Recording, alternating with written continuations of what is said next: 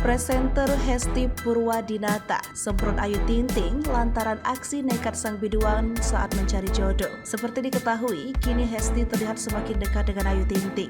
Bahkan keduanya tak sungkan untuk berbagi cerita soal kehidupan finansial hingga asmaranya. Hesti baru-baru ini dibuat syok lantaran Ayu Ting Ting berniat untuk mencari jodoh lewat aplikasi. Ayu Ting Ting ternyata saat ini diam-diam sedang mencari calon suami. Sudah terlalu lama menjanda membuat Ayu Ting Ting ngebet punya pasangan lagi. Tapi sayangnya, Ayu Ting Ting kesulitan mencari jodoh karena tak memiliki banyak teman. Meski begitu, Ayu Ting Ting tak kehabisan akal untuk mencari jodoh yang sesuai kriterianya. Ia pun memutuskan dan berniat mencari jodoh lewat aplikasi dating. Pasalnya, Ayu Ting Ting ingin mengikuti jejak Kiki Saputri yang berhasil mendapatkan jodoh dari aplikasi. Mengetahui Ayu Ting Ting berniat cari jodoh lewat aplikasi, Hesti langsung semprot habis-habisan. Sebagai sahabat Ayu Ting Ting, Hesti kerap menjadi tempat curhat sang biduan. Kepada Hesti, Ayu Ting Ting ternyata sempat curhat kalau dirinya ingin mendapatkan jodoh.